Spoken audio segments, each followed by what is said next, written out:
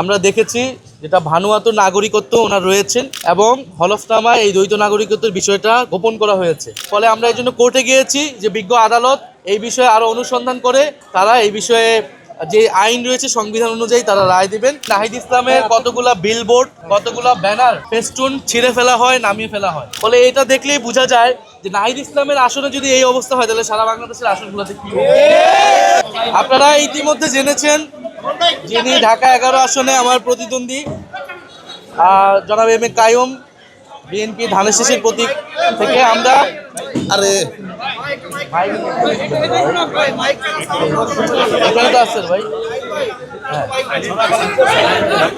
তো আপনারা এটা ইতিমধ্যে জেনেছেন যে রিট হয়েছে। আমরা কয়েকদিন আগে আমরা বিভিন্ন সোর্স থেকে এবং সোশ্যাল মিডিয়ায় এটা এসেছে যে ওনার একটা পাসপোর্ট আমরা দেখেছি যেটা ভানুয়াত নাগরিকত্ব ওনার রয়েছেন এবং হলফনামায় এই দ্বৈত নাগরিকত্বের বিষয়টা গোপন করা হয়েছে এবং বাংলাদেশের সংবিধান অনুযায়ী দ্বৈত নাগরিকত্ব থাকলে তিনি সংসদ সদস্য পদে প্রতিনিধিত্ব করতে পারবেন না।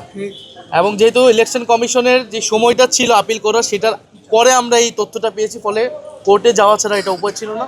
ফলে এই এলাকার একজন শুধু প্রার্থী না, এই এলাকার একজন নাগরিক হিসেবে, এলাকার একজন ভোটার হিসেবে আমরা সংবিধান লঙ্ঘন করতেছে বা আইন লঙ্ঘন করতেছে এরকম একজনকে আমরা আসলে মনে করি না এই এলাকা তিনি জনপ্রতিনিধিত্ব করতে পারবেন।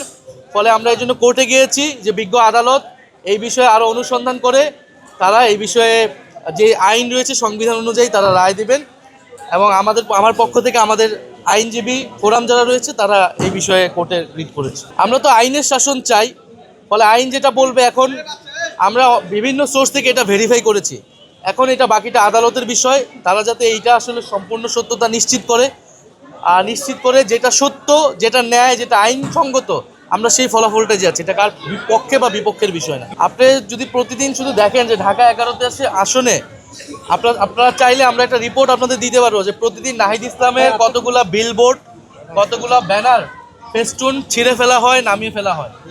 আমরা এই রিপোর্টটা দেখলেই এবং কর্মীদেরকে নানা ধরনের হুমকি দেওয়া, যারা আমাদের সমর্থক রয়েছে তাদেরকে প্রত্যক্ষ পরোক্ষকে হুমকি দেওয়া, ফলে এটা দেখলেই বোঝা যায় যে নাহিদ ইসলামের আসনে যদি এই অবস্থা হয় তাহলে সারা বাংলাদেশের আসনগুলোতে কি হবে। ফলে এটা করে আসলে আমাদেরকে দমাতে পারবে না।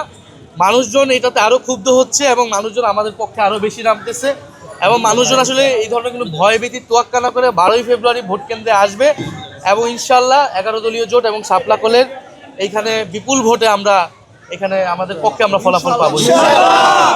নিরাপত্তাজনিত সংখ্যার আমাদের তো শেরপুরে আমাদের এক ভাইকে হত্যা করা হয়েছে, ফলে এখানে তো নির্বাচনে আবারও লাশের রাজনীতি শুরু করেছে আমাদের যারা প্রতিদ্বন্দ্বী রয়েছে।